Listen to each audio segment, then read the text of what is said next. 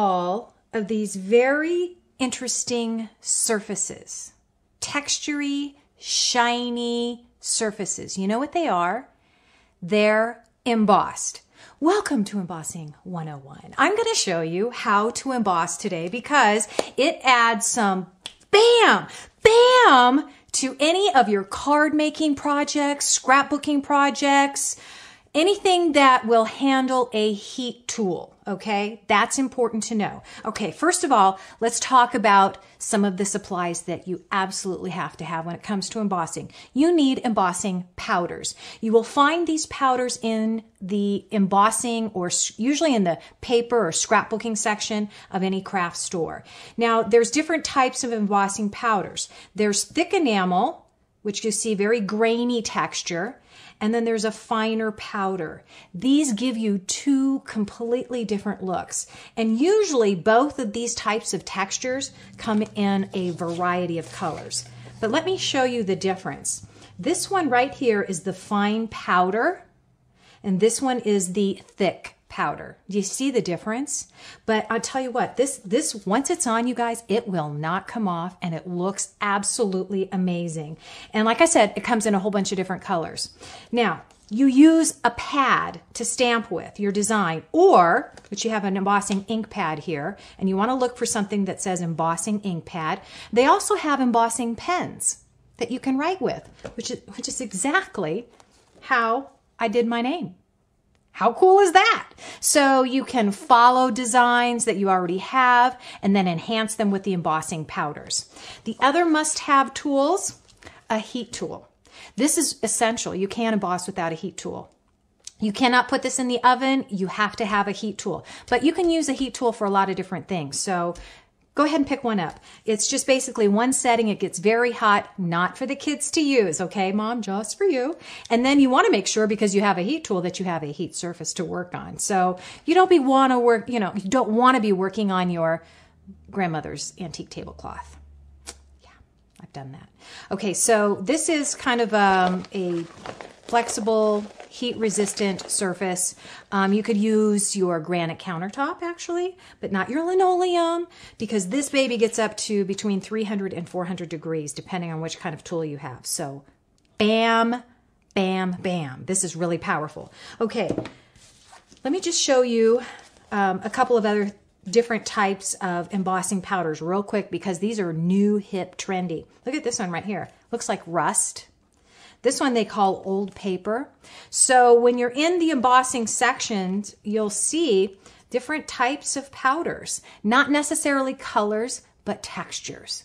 That's what really embossing is all about, is to give something a lot of texture.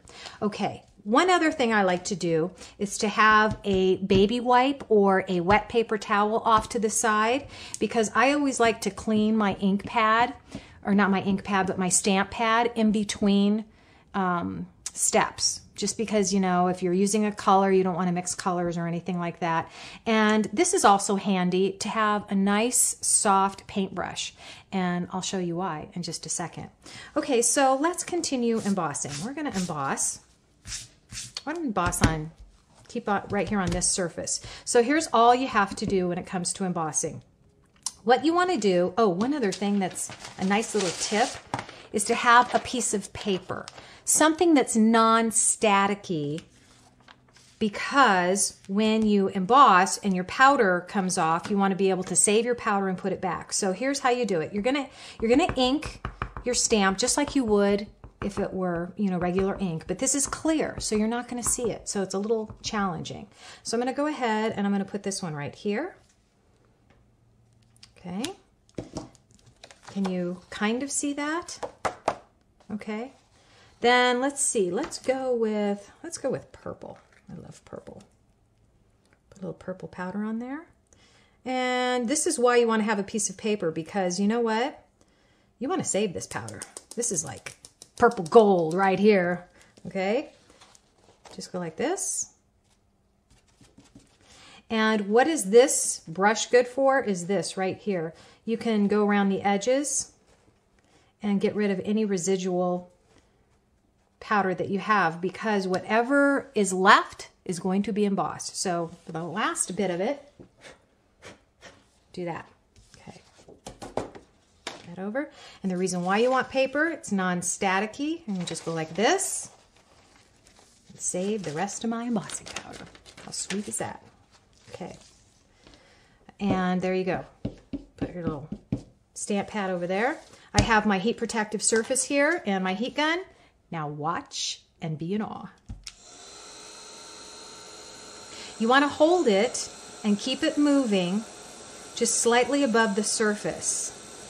And you could concentrate on one area at a time if you have a large stamp, and then move it up as it becomes embossed. You will literally, let me see if I can hold this up for you. You will literally see it change texture and color. See it coming up? Look at that.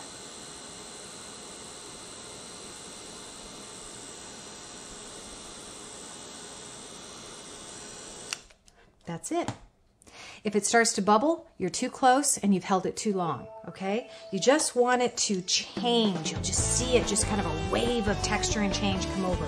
And then let it cool.